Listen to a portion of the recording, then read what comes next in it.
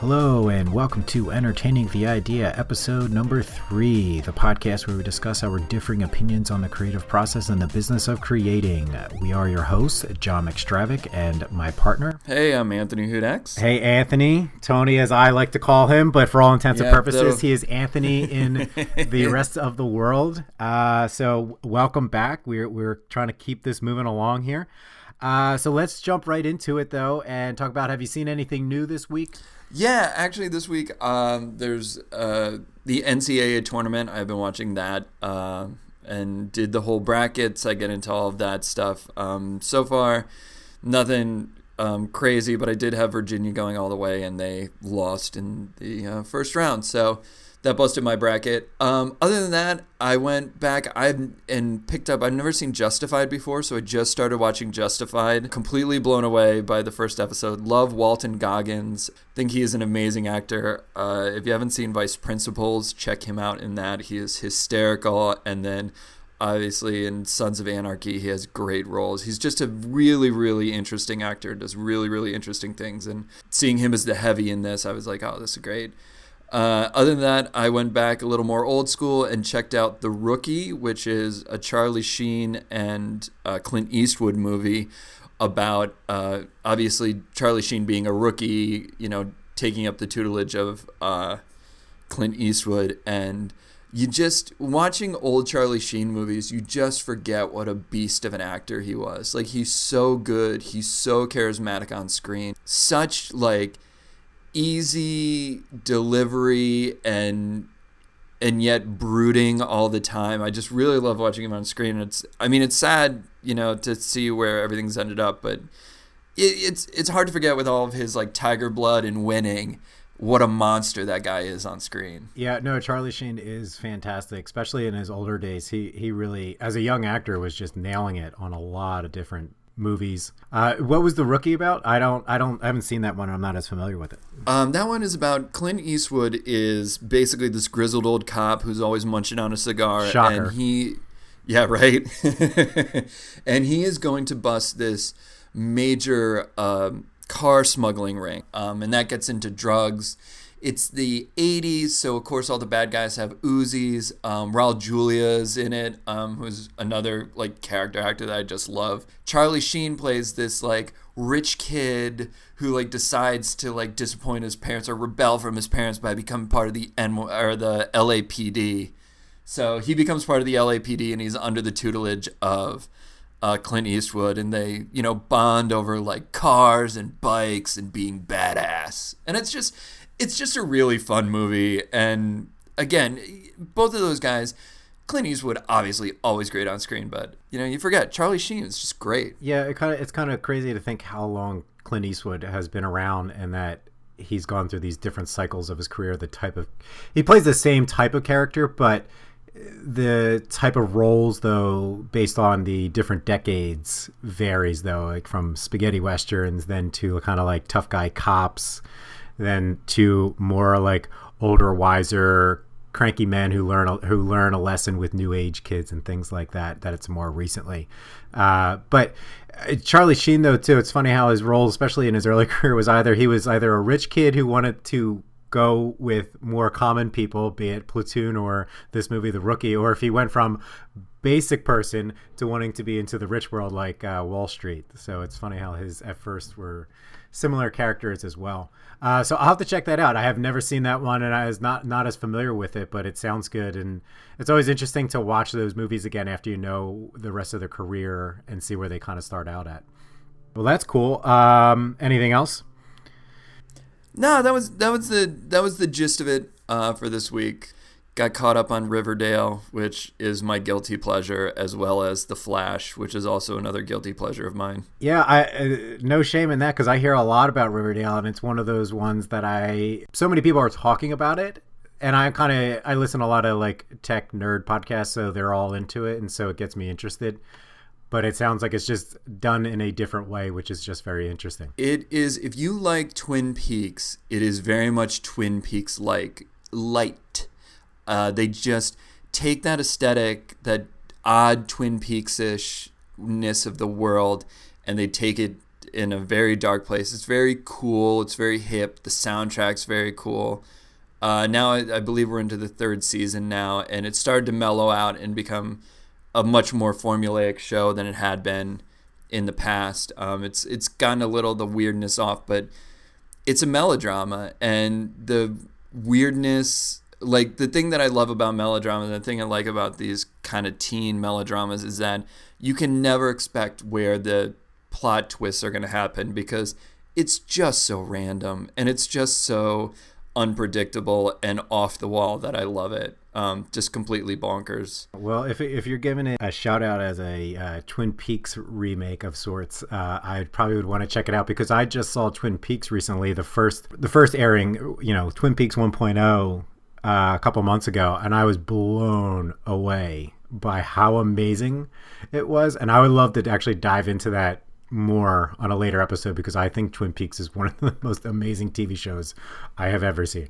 Oh, for sure. It is. It's one of my favorites. I missed it when it first came out, and then somebody I knew had the whole set on DVD or maybe it was just ripped off TV and VHS. I don't remember, but I remember just like plowing through episode after episode. It's really good. Also, back in the day, Bravo used to play the episodes, and they were doing them in order so you could like catch them. They were like after I came home from school at like 4:00, they would air them. Yeah, it's a wild show. So if Riverdale's in the similar vein, that's probably going to push me over the top to check it out now.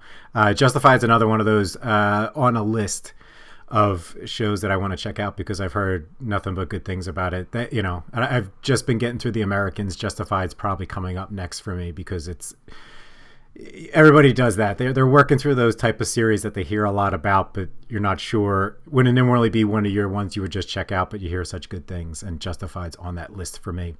So very cool. This week, what have I seen this week? Same thing. I was watching the NCAA tournament.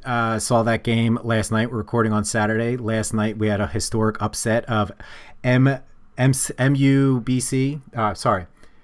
Yeah, that was it. Yeah. Maryland University, Baltimore County. They were the very first 16 seed to ever beat a number 1 seed, which has never happened in the entire history of the tournament. And it was pretty startling. It was fun to be able to watch history in the making. And it's a weird thing because the first weekend is so chaotic with just all the games, and there's no one game that you really circle on your calendar there. You just kind of dip in and watch whatever game's kind of on, but then to be able to sit down and be it in prime time to watch that was a lot of fun, and that'll be something that'll grow, I think, with Mystique as the years go by. And the greatest thing about the tournament is there's always a Cinderella story, and I was hoping actually South Dakota would be the Cinderella story this year, but it's amazing, knocking off the number 1 seed Virginia, which so many people had them going all the way. Even I had them going all the way. I had them knocking off Nova in the final. But nope, that's it. That's busted my bracket. I had Arizona going all the way and winning. So I was busted in a different way.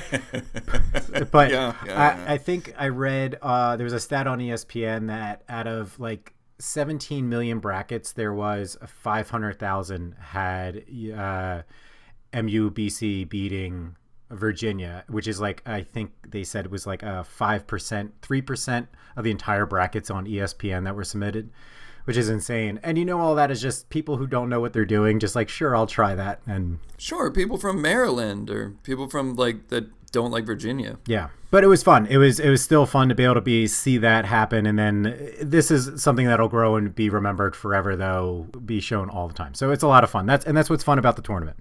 So other things I saw this week. So I went to an opera last Saturday. It was the first opera I ever saw. Orpheus and Eurydice. I'm probably butchering that name, but it's based off a Greek play that was done in French. And it was done in a more modern take, though, as far as the set and the story was the same, but it was just done very minimal, very modern. It wasn't as much of the traditional opera as far as the extravagant sets and costuming, but all still very interesting. The music was fantastic, and also had a lot of ballet incorporated with this production, with this story. That's just how it is. And the ballet part of it was amazing. And it's crazy. Growing up, you think ballet is just kind of this thing, this old, outdated art, and same thing with kind of opera and singing. But when you go and see it and you have more appreciation for it, it's really quite something. And what these people are able to do is amazing. Now, was it in English? No, it was in French. And then they have the subtitles. How do they do the subtitles for opera? Because that's the one thing. I've never gone to see an opera. I've gone to see a lot of dance. I love watching dance. How do you know what's going on in the play? Is there like a synopsis? Yeah. So the thing I learned, because I got these for my wife and she has gone to opera before. So she said, what you got to do is you have to go find the story beforehand and read it over so you know what's happening. And you're going to know how the story ends. But it helps going through watching it. You don't have to always read. So the way they do the subtitles, though, is there's a ticker at the very top of the stage that reads out the English translation of what's being sung. So you can read that and you'll follow along. You can follow along that way. But the thing is, though, is you kind of want to also focus. It feels like you're watching subtitled movies, though. So when you're watching a subtitled movie, you're not actually focusing on the actors and the performances as much because you're reading what's happening.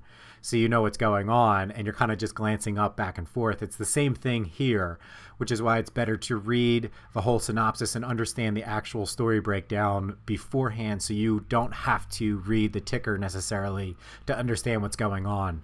And you learn to have more of it's a bit more of the appreciation just of the singing and the music and the story, because the story is silly. Like, these stories are very broad and very general, and it's always just about love. But you just get the basic idea of like, this thing happens, so he has to go do this, and then he's here, and then he's there, and you get what's going on and what they're singing about. But from the performances of just the dancing, there's just a lot going on visually. That it just is, I don't know, you just still get a rush from it. At least I did. Okay. All right. The other thing I realized is that when you read the subtitles, when they're singing them, it takes a lot longer for them to finish singing what is actually being said. So I can glance up, read the ticker real quick, and then focus back on what they're doing before the next line gets translated up on the ticker. So you can still focus a lot on the performances that are happening. But it was a lot of fun. I was looking really forward to it, and I would recommend people go see an opera. It's just a lot of fun if you like a lot of visual and performing arts. It really was cool. All right. I'm in. And so because of that, we saw the opera. So then we decided to, the next night, let's rewatch Amadeus, just because we're in an operatic mood. So we thought, why not? And yeah, we rewatched Amadeus, the director's cut, which was 3 hours long. But if I remember correctly, didn't that win the Academy Award during the year of your birth? It did. So we were talking about that just last week. How about that? Full circle. Yeah, so Amadeus still holds up, still great. Yeah, there's not much more to say about it, that you should just check it out. Well, there's a little bit more I'll say about it. I just love how funny it is, that it's this big, dramatic, aristocratic movie, yet that's what I loved about it when I first saw it, was just the comedy that they would have in it, just based off of the character of Mozart and the quirkiness that I'm assuming he was that way, and I hope so, but if not, whatever, they made this character completely quirky and just out there, which was hilarious in this setting, which just gave him a bit fish out of water experience in the movie and the story itself. But it just had a levity to it that allowed you to this big dramatic setting and performances and story and all that, and just have some fun with it though too. Was I think where it hit off for me very well. Yeah, so outside of that, just then the normal things, a little Modern Family, a little Middle, a little House Hunters. But yeah, those are the newer things this week that were particularly stuck out to me. So yeah. So then let's move on then to a little more current event topic. We were talking about the performance of Black Panther at the movie and just dominating everything that comes its way. And nothing has been able to stop the juggernaut that is Black Panther. Monster. It's crazy because everybody knew this was going to be a big movie, but I don't think anybody could have predicted that it was going to be this big. Nothing can stand up to it. I think they thought Wrinkle in Time was going to bring it down last weekend. Red Sparrow was supposed to take a big bite out of their box office. None of them have done it. And then I was just looking this morning, and it demolished Tomb Raider. Tomb Raider came in 5th, and it topped the box office once again. 585 million domestic, they're estimating, by the end of the weekend, which is just a monster of a movie. So hats off to everybody involved in that project. That's just gangbusters, and it keeps getting great press. It's such a great movie. Loved the cast. Loved Michael B. Jordan in it.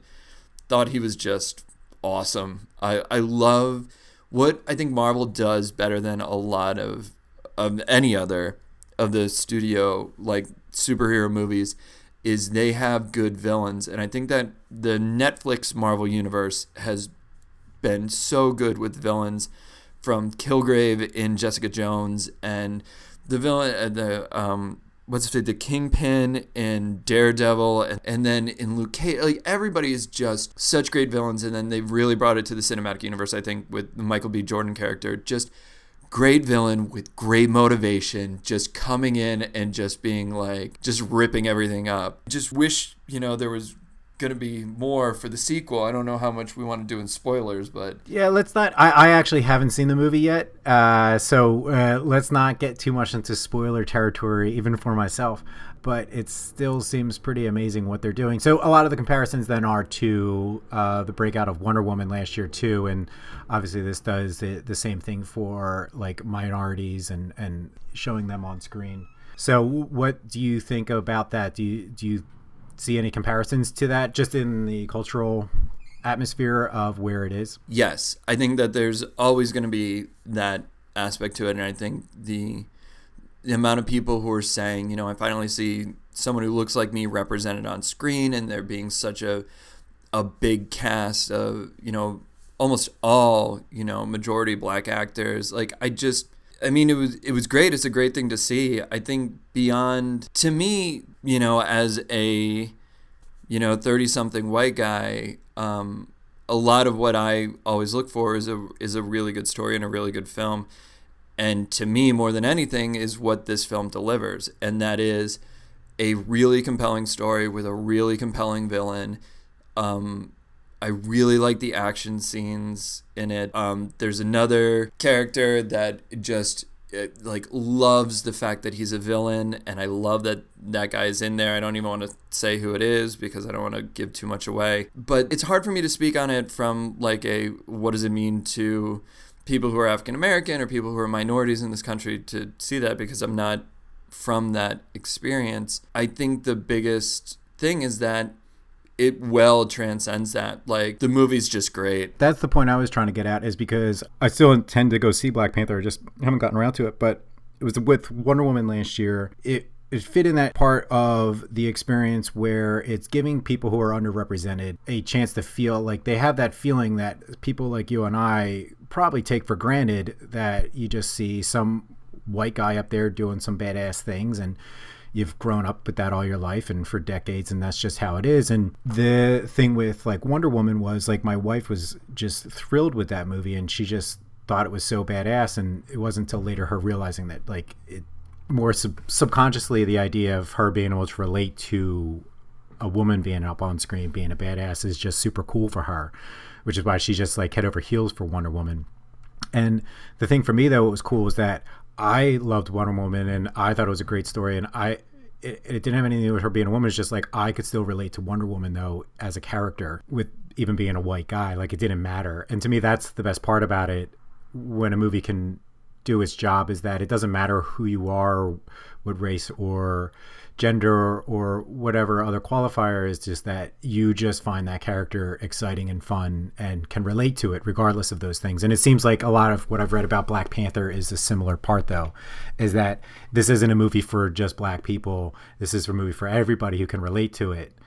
But it just so happens it helps also on that fact that it's giving people who are more relatable in other factors like that get to see that just gives them the confidence and courage to understand that they can do things too. I mean, I agree with that. I think one of the things that I do want to push back against what I just said is, I think when you have movies like Wonder Woman, you have movies like Black Panther, and you have them representing a certain minority group, what tends to happen, and I think I just did it, was that when they're successful, it's, they're successful because they're good films.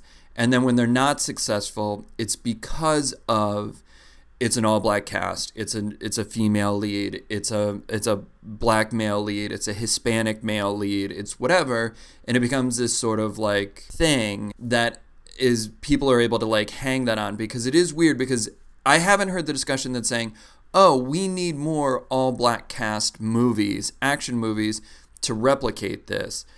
It very quickly turned into, Marvel is doing something really well. And I realized that I just did that, which was just like, because that's the way I experienced the movie, is something that I enjoyed. But it does, to your point, it does take a moment to step back and say, hey, this was an all black cast. It was done by very talented people. And, maybe they should look at it as a sign that maybe they should do more all black cast movies. Because the flip side of this is Ghostbusters from last 2 years ago, where they had an all-female reboot of Ghostbusters, and when it failed at the box office, everybody blamed it on the all-female lead, and people blamed it on misogyny, and people blamed it on a lot of other things. I personally didn't think that's what was going on with that movie. I think what happened with that movie is you took a property that people were very precious about and tried to reboot it when what people wanted was a third Ghostbusters movie. Yeah, I agree with you 100% on the Ghostbusters fact. And I think it's a good point, though, that fits in with what we're talking about with Wonder Woman, Black Panther, and these types of movies that are trying to diversify, is that Ghostbusters to me was just not a good movie. And I thought they wasted the talent that they had in that cast, because I think they could have still made a really good movie with that cast. Like, I had zero problem that it was an all-female cast. I thought it was actually interesting. It's like, to me, it was fun because you are giving us something new. And I think we touched about doing new things last week as far as we were talking about Oscars and such. But I think that was fun to me that it was going to be an all-female cast. I just think they ended up making not a great movie. And I blame actually more the director, Paul Feig, for that. I just don't think tonally he captured the essence of what Ghostbusters was about. And it's not that you can't try new things and do different takes on material that's already been there, but you are dealing with a material that people have a very close connection to, so you have to respect that. And it gets into the bigger part of nostalgia and rebooting series, is finding that right balance between doing homage to something and filling in with that voice and tone, or also giving us something updated and fresh and new. And that's always a balance. I just don't think they struck that balance correctly. It had nothing to do with the female cast, though. And again, it was directed by a man, and I think you could put more of the blame on him for not having that tonal feel correct. I'd agree. I think the movie had a lot of problems going against it right from the get-go. And the biggest thing I will say is that I think that when they announced it as an all-female cast to a beloved property like Ghostbusters, I think people felt like they were stunt casting a reboot of a property that they loved. And to risk the wrath of every female who's listening to this, I think there would have been the same pushback had they cast the 4 guys from One Direction as the Ghostbusters.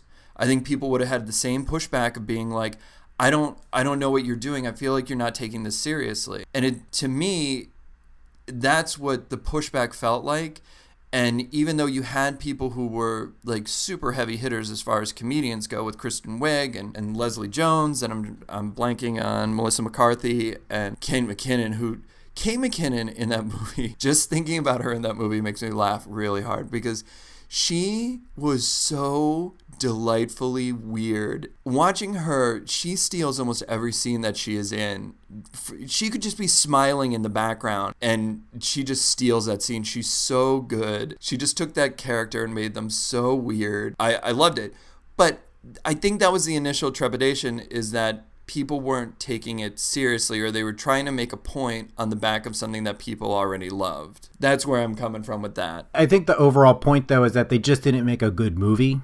And there's different reasons for that, but I don't think the reason to me, though, was the cast. Like, it didn't have to do with the female cast. I think they just did not, if there was going to be a reboot or if it was being a continuation of the universe, and I think there's a lot of confusion. Again, I think it was a lot of other factors, and I think people then, a certain sect, put on the idea that it was the cast, though, of all women.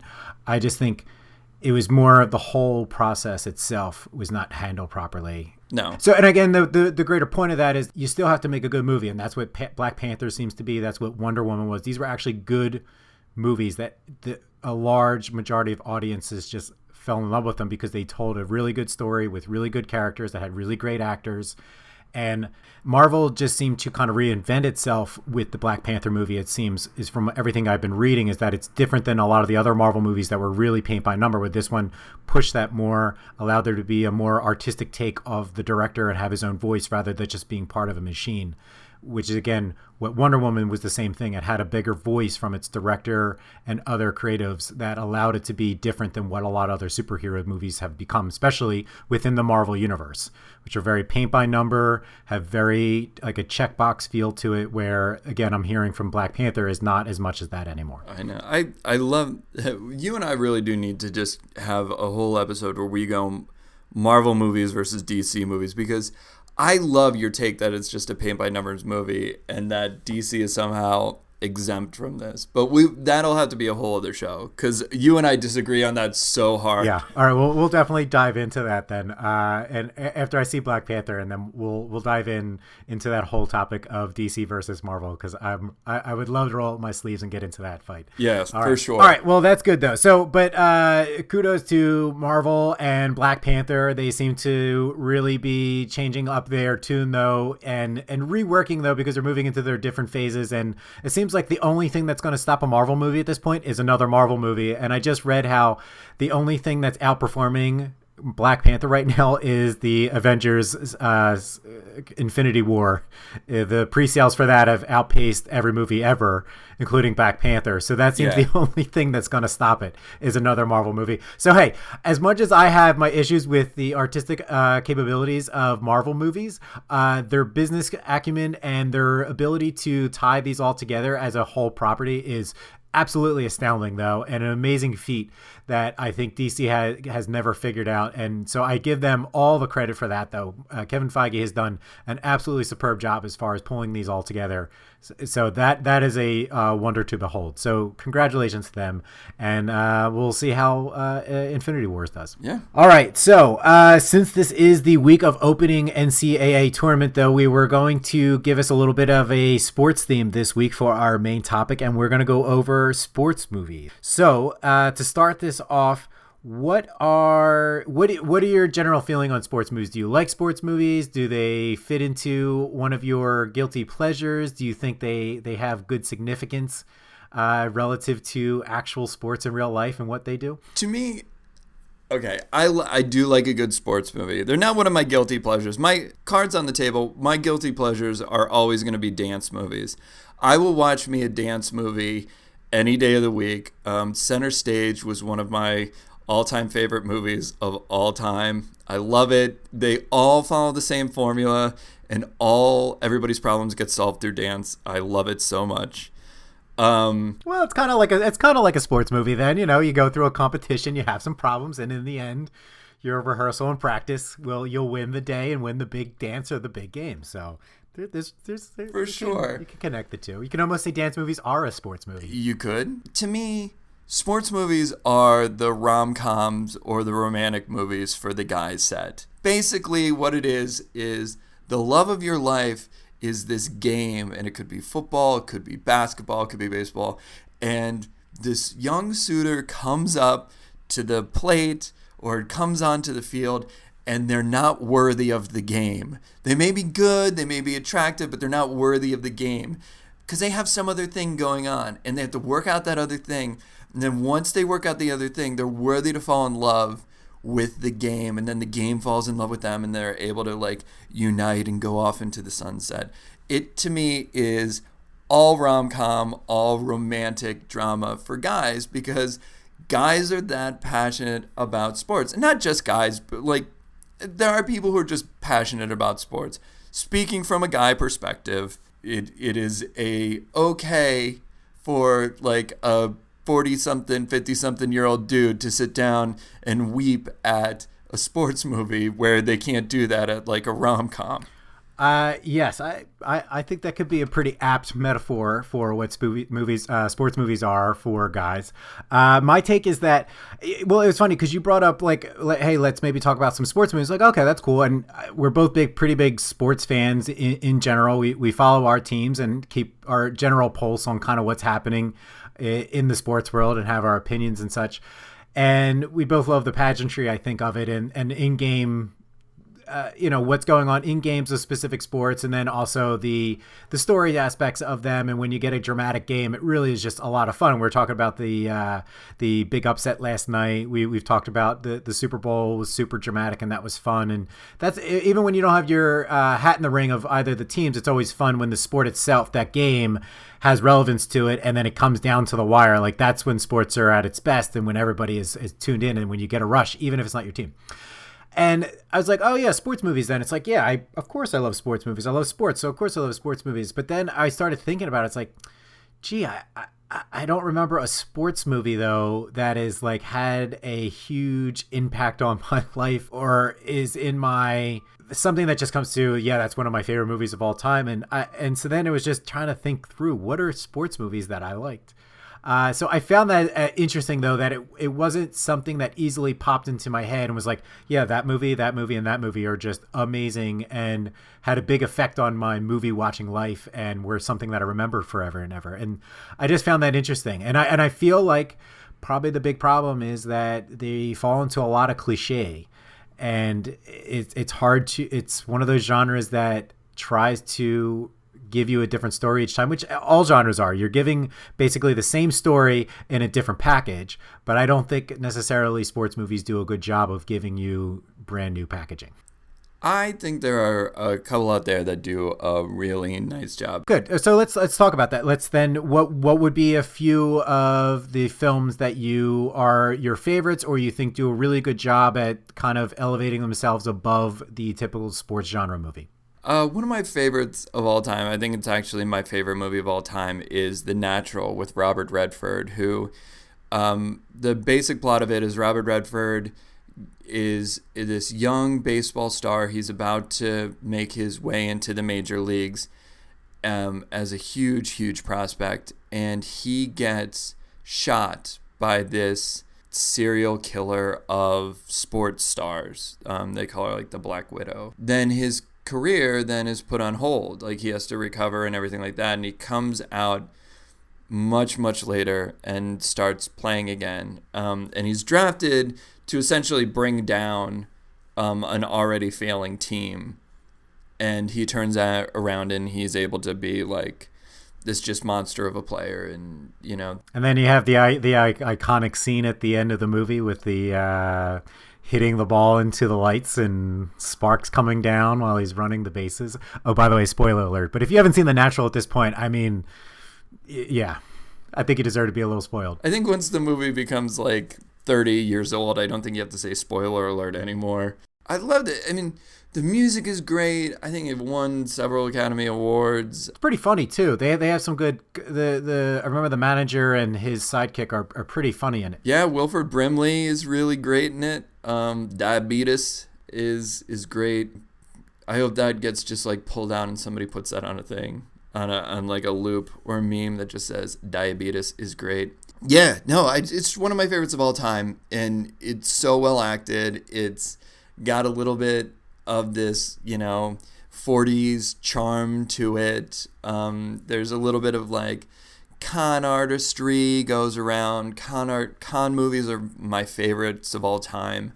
There's a little bit of like an evil owner trying to take over this club, and it's great. It is one of my favorites. It's kind of it almost is like a neo-noir baseball drama in a sense, just because of the setting and the different subplots that are going on, the woman, the Black Widow killer, or attempt to kill her, those type of things. So it is interesting. I never really thought of it that way.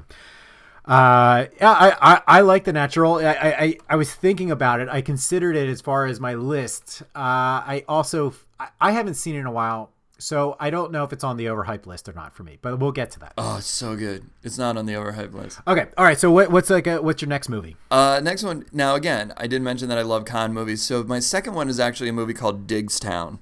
And Diggstown is pretty low on a lot of people's movie lists. It isn't a perfect movie by any stretch of the imagination. It's essentially about this con artist, James Woods, who comes out of prison, and he basically is gonna try and swindle this guy, Bruce Dern. He comes out of prison. He's basically gonna swindle Bruce Dern out of $1.5 million. It starts as a $10,000 bet, but it just keeps going up and up and up. And Lou Gossett Jr. is in there. And Lou Gossett Jr., ever since I saw him in like Iron Eagle, has always been one of those like guys that I just are like, oh, this is like an ultimate badass. So it's James Wood and Lou Gossett Jr. in this con movie. And basically, James Woods makes the bet that Lou Gossett Jr. can knock out 10 guys from Diggstown in a boxing match in 24 hours because the town was named after this famous boxer, this Diggs, and he was able to knock out 5 people in one day. James Wood is like, yeah, I got this guy, he can knock out 10. And that's where the wager starts, and it just keeps going up and up and up from that. It's a great con movie. If you've seen con movies before, you like con movies, it is paint by numbers con movie that is so well done, and I just enjoy it. There are some very cheesy parts to it. Very, very cheesy. The Deus Ex Machina at the end of it is super cheesy, but I love it unapologetically. Digtown is my number 2, for sure. Very good. And what would be, do you have any more? I do. My number 3, I did like my top 3. And my number 3 is Happy Gilmore. And this is why. Because I think Happy Gilmore is this movie that is well underrated for what a touching story it is about a guy who is not good at the thing that he is the most passionate about, but he is great at something he can give 2 shits about. And to me, I find that more often in life, I run into people who are really good at something they really don't like doing. And you run into them at your job all the time. Like, you run into that person who's an amazing accountant. Like, a friend of ours is a great, great production accountant. Wonderful. She hates it. Absolutely hates it. And it's this interesting struggle that I think everybody faces where you sometimes are really good at something that you're just not that passionate about. And to find that passion and to see the passion in it, I think elevates that movie. Plus, it's really hysterical, and super quotable. Adam Sandler in his prime, Julie Bowen. Well, Carl Weathers is really good. Probably my second favorite thing I've ever seen him in, except for Arrested Development. And I forget who Shooter McGavin is, and that's gonna bother me. But just that to me is just the epitome of the best of the sports movie genre, because it is taking the sport as a metaphor for life. I would agree with you with Happy Gilmore being, I think, one of my tops. And so here's the thing is that I had a problem kind of zeroing in then on like my top 3. One of the problems I think of it was that I don't really watch sports movies a lot over and over again. And I was trying to think, like, why don't I do that? And I think just because of the messaging, it's always very dramatic a lot of the times. And, and I get enough of that feeling, I think, from actual sports, like close games, like we were talking about. And so I think the drama there isn't always something I need to go back to and just like, yeah, I need to have that feeling again. And then looking through my list, though, I was trying to list off a bunch of movies, and I think Happy Gilmore was on there. And the more I think about it, that's, I think, one of my favorites, though, if I had to point it out. And I actually started looking at it, and I feel like the comedy sports movies actually transcend more than the dramatic ones. Because you could look at, like, there's Happy Gilmore, Bad News Bears, Caddyshack, Major League. Now, the original Bad News Bears, or are you talking about original, the please, remake? The original. The smoking, drinking, racist kids. The Walter Matthau just... Yeah. Going back and watching that movie is almost horrific in how just like it has aged perfectly to what they were trying to do at the time. Like, those kids are terrible. Like, they're terrible. For the 70s, they were fine, but the kids are like drinking beers, having cigarettes in the dugout, and then they're super racist, which is just crazy. I agree with you, because probably in the 70s, that was like a thing to do, was to call out that kind of stuff, or that was just accepted. Either way. I think it's aged well, though, in the fact that that's so absurd now that that's what makes the comedy still, I think, funny in it. So I just think it just seemed like a lot of the movies, though, that I like. I remember I liked Great White Hype. I believe I liked that. I thought that was kind of funny. Yeah, Peter Berg and what's his face? Damon Wayans. Damon Wayans, yeah. And Sam Jackson's in that. I enjoy that, and it just seems like a lot on the list. More of them were the funny movies are, to me, the more memorable sports movies. Although I do have a few, and looking at them, I'm going to go through just a few here. So some of my tops were Field of Dreams, Any Given Sunday, Days of Thunder. The other two that I really liked were Silver Linings Playbook and Cinderella Man. And Silver Lining Playbook I like a lot because it was more about the fans, but there was still even the secondary story of the whole movie, but it just, I thought, encapsulated being a fan of a team. It helped that it was the Eagles, so I had a little bit a closer attachment to it. And it was also, actually, the story was set in Upper Darby, which is where I grew up at. And it was just, I just thought it was really, really well done. That's a bigger testament to, I think, David O. Russell, though, and my like of his movies and the type of stories he does. But again, overall, very well done. It captured the passion, I think, of especially the older generation, with Robert De Niro playing the dad who his life revolves around the Eagles and the Sundays, and he's very superstitious. And it's just, I can relate to that, and I know older generations, my dad, my grandfather, my uncles, friends, fathers, all those type of relationships, and I can relate to that. So I just really enjoyed that. I thought it was just a very down-to-earth movie that just clicked on many levels.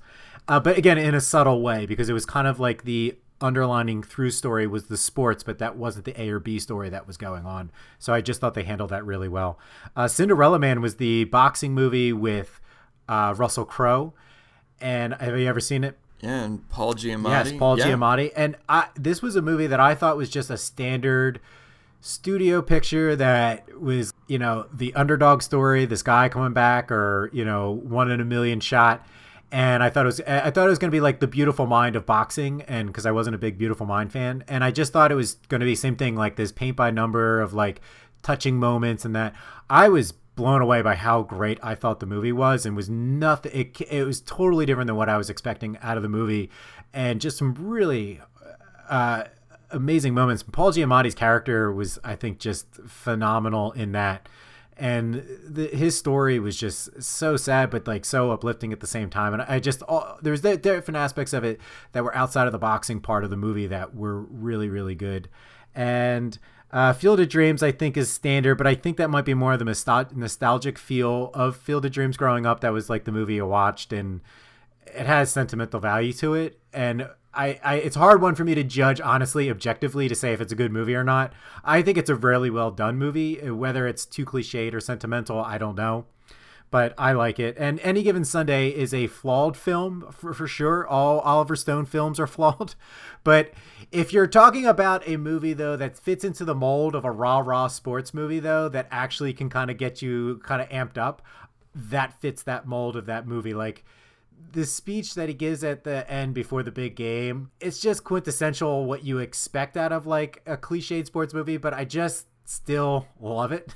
And it's a relatable thing of like, that's what you want to sometimes see in certain movies that are guilty pleasures. Like you said, women have rom-coms that they get guilty pleasures, and they have those moments that happen towards the end of the movie that are the standard rom-com checklist. And this was one of those moments, was his speech at the end.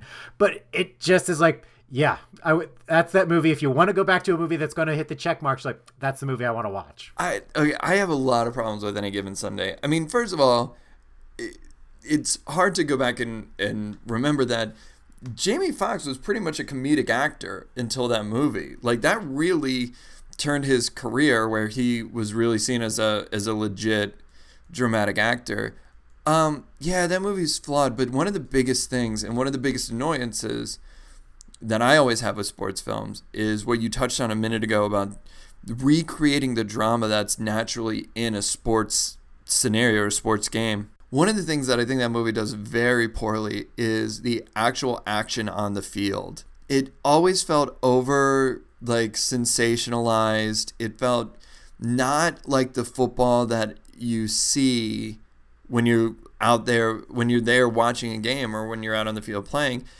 And that's the thing that always ends up being the biggest problem with a lot of these sports movies, is that you get these players running and they're like, oh, we need to do a dramatic hit. And I mark a football movie as terrible as soon as you have that play when somebody goes up in the air and two players hit them and they end up spinning and then they hit the ground, I'm like, okay, I'm done, because it's so unrealistic, and it's so you're reaching too far to make something over dramatic that doesn't need to be over dramatic. Yeah, well, Any Given Sunday is definitely a movie that thrives in tropes and cliches of a sports movie, and specifically like a football genre movie, for sure. But that's part, I think, my guilty pleasure with it is that it just is unabashedly going for that, and I don't think they try to hide it. And I think that's part of why I like it. I'm not saying it's a great movie, but I really enjoy it. No, for sure. And then the other thing that annoys me about sports movies is when they cannot get the rights to the actual teams. And that annoys me. I think, what are they, the Stallions in that one? They're the Sharks. They're the Miami Sharks. Oh, the Miami Sharks. Oh, Stallions is in Last Boy Scout, the team that's supposed to be part of LA. I forgot about Last Boy Scout. Oh, yeah, that one is a wild one. That's one of the ones that I love. One that I think is actually a little unsung and goes into a little bit of a different part of the sports world that people don't think about is actually Draft Day with Kevin Costner and Jennifer Garner. I haven't seen that one yet.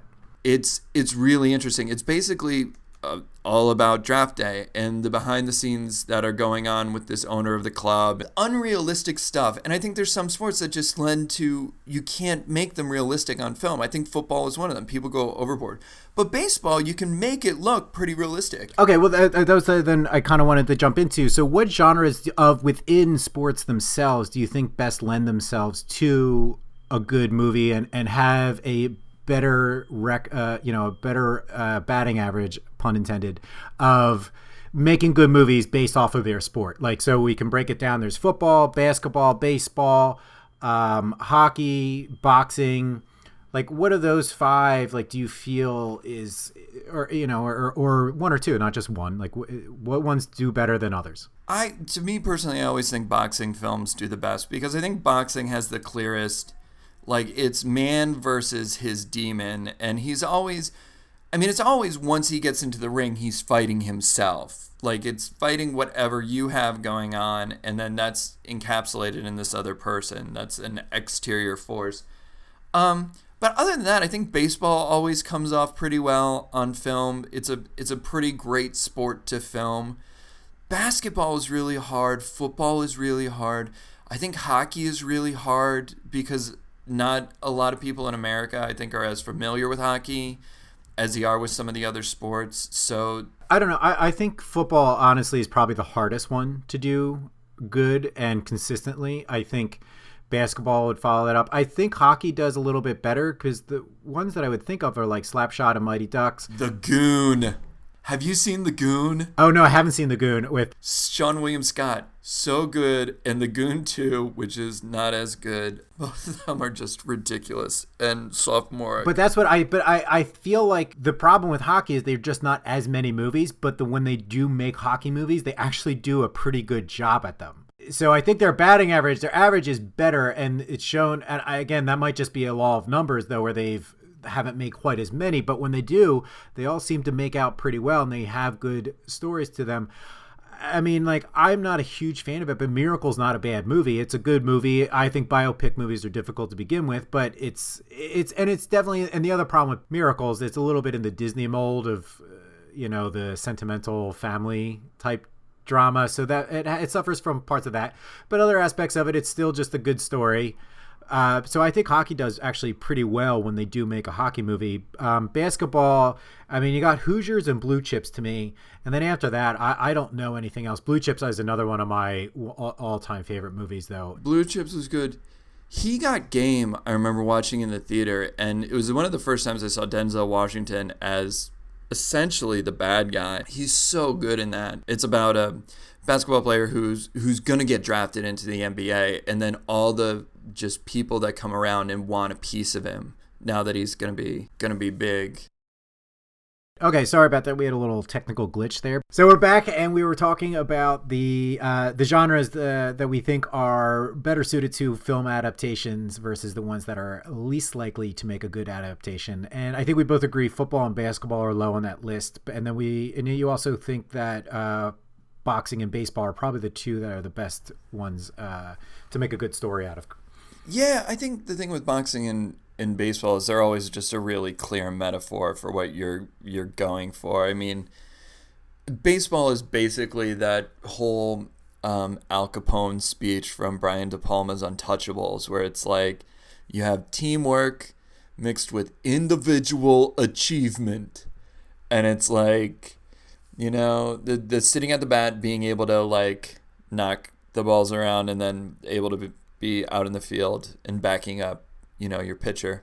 Yeah, that's interesting because you get the one-on-one moments within baseball, like mano a mano, pitcher versus batter, and so that's actually, that makes a lot of sense of why that would work, because you get those, you can have more specific moments, and that's the same thing with boxing. It's mano a mano, so you have those clashing moments where instead of football has to create this moment of two players running at the same speed at the same time and tackling each other in midair, which is just the trope that is used over and over and doesn't quite have the same impact of a batter hitting a home run off of his nemesis pitcher or a boxer knocking out somebody. Yeah. And it always ends up being so weird. Like, one of the movies that I think is incredibly overhyped is the movie Rudy. And I just think that movie is one of the dumbest movies out there. And I'm sorry to have such a strong opinion on it. And it's hard because when you deal with biopics, you have to deal with the facts, but you also have to like make stuff up in order to make it a film. And the thing that I think falls short with that film is they make him so obsessed with Notre Dame that it gets to the point of almost being creepy. Like at one point, I don't know how well you remember the movie Rudy, but he goes to the junior college because he's going to get his grades up to go to Notre Dame, which, I mean, it's awesome. The guy's like working his ass off to get into Notre Dame. You know, the real Rudy did do all that. But they give him this character, John Favreau's character, who basically is helping him study as long as Rudy can help him get girls. And like John Favreau like sees this girl Mary and he's like, oh, help me get this girl Mary. And then Rudy goes over and talks to her and finds out that she paints the helmets for Notre Dame. And then is all of a sudden like forgets about his friend. He's like, oh, I got to get with her because I can't let the guy that's tutoring me get closer to Notre Dame than I could with the girl who's painting the helmets. The only thing that was missing, and I'm gonna guess in the director's cut they actually do have this, is Rudy actually making out with the girl on top of all the helmets and jerseys. Just like laying her down. She's just finished it, and it would just be like Ghost. Like she's painting the helmet, and he would wrap his arms around her, and they would just start massaging the gold into the helmet, and then it would go from there, and it would be the Ghost scene. That's definitely in the deleted scenes, I think. I think I might have seen that one. So if you want to watch it, go get the Rudy super special edition. The super special edition? Okay. But that to me is one of those movies that it gets so crazy. And it gets so crazy because also the premise of the movie of him having all this heart is great. But it's also, when he's going so hard at practice and like taking out dudes' knees, like he's a 5'6", defensive end. So he's like ripping on all pro players' knees. And like they're like, Rudy, calm down, it's practice. And he's like, you want to be the best, don't you? And it's like, yeah, but I'd like to get through the game without tearing my ACL. Like, I would like to have a career. Right, like this is practice. We go at half speed at practice so we don't get hurt. Calm the down, Rudy. Calm down. So, well, like, okay, well, that I think that part of it, and what I was thinking about is like, well, why were boxing and baseball movies so much better at making adaptations and stories that are actually good and are better and don't fall into a lot of tropes and cliches as often. And I think part of it is because these stories that it's building stories around the sport itself, and it's not the sport that you have to focus on. Like, and you brought this up earlier with boxing, is that you can have a larger story outside of the boxing world and it's just the metaphor, Where in, say, a basketball or football movie, you're trying to incorporate the sport itself, but because it's not as individualistic, you can't have those moments and you can't bring them together in a more fluid way without hitting on tropes because of the nature of the games themselves. And I just think, and that's why I think actually boxing movies turn out to be the best, is because you have to build up actually a whole story around everything else outside of the ring before you actually even get into the ring. And what happens in the ring is a little less important as far as the actual physics of the sport. It's just more of the metaphor of what happens, be it, the guy takes a beating or he never stops, and, and he keeps getting up, whatever it may be. And I think you're right with the same thing with baseball. It has the one-on-one aspect of it that allows you to have those moments that are metaphors for the greater story that's being told, where in football and basketball, too much of a team sport, can't have those moments as much. So I think those are the two big things about basketball, about that, is just that you can have a better story outside of the sport. Yeah, no, I totally agree with you. And I think a great example of the basketball thing is actually in the movie Teen Wolf, where they try and use the metaphor of being a star as a bad thing, like him overshadowing his teammates.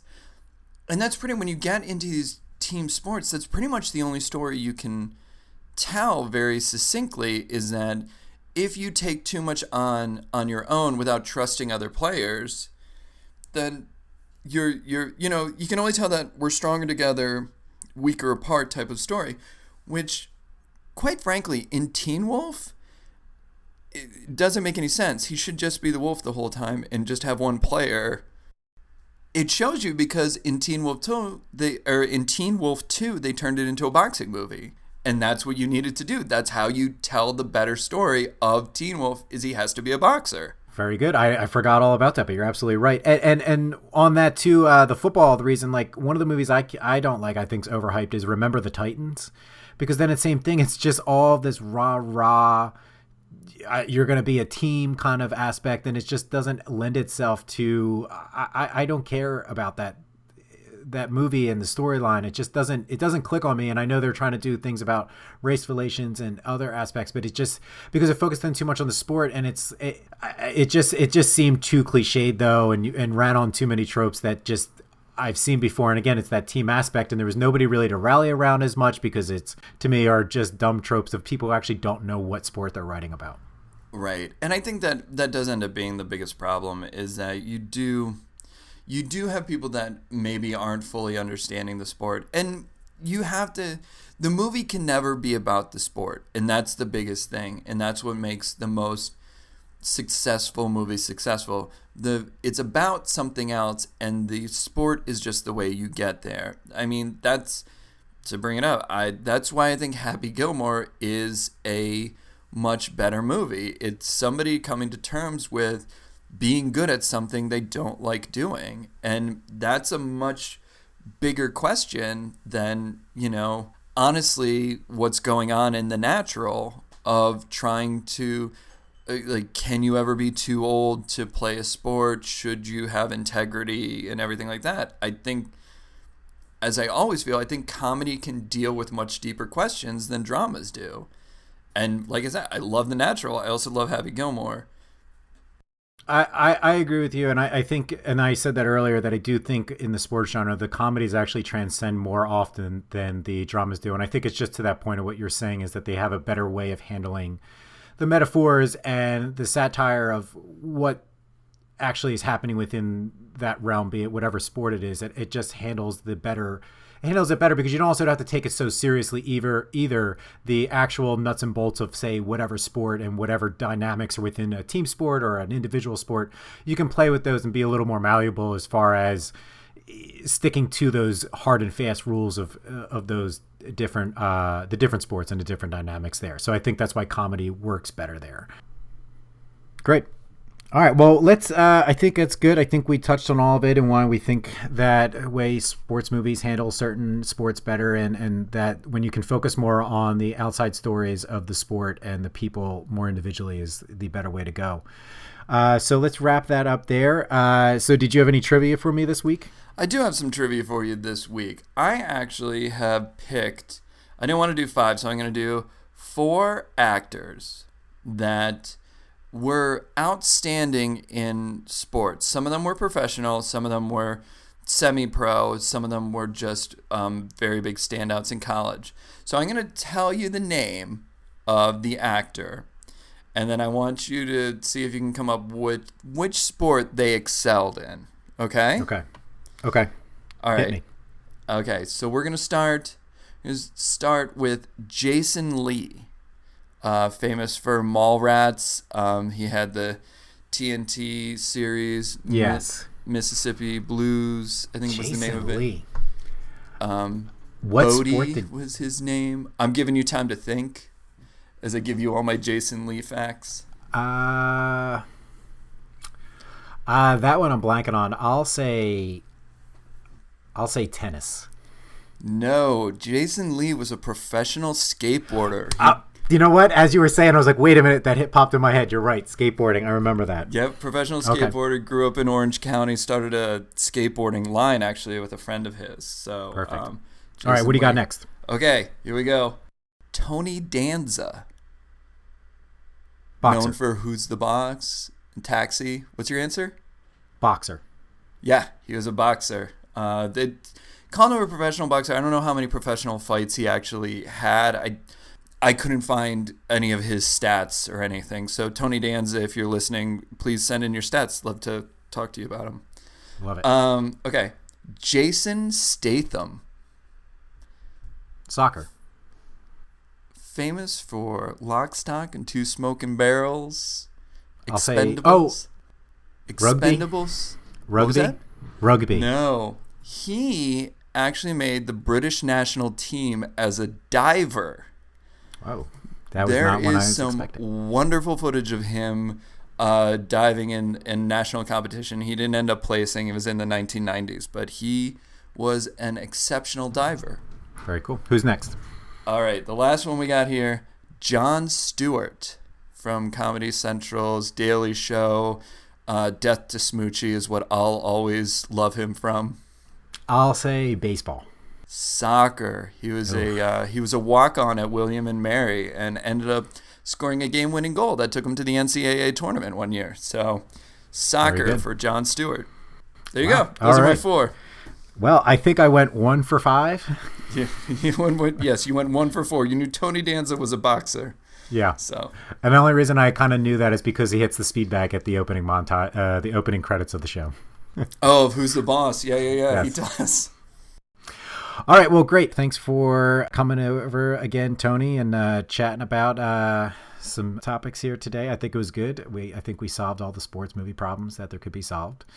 So where can people reach you at? Yeah, check out my social media. It's at Anthony Hudax for Instagram, Twitter, Facebook, all the things. Always at Anthony Hudax, Hudacs. Yes, always got to spell that just so you make sure they know where they're going. You can reach me. I'm at JStravs, JSTRAVS on Twitter and Instagram. All right, Tony. So then I will catch you next week. Next week it is.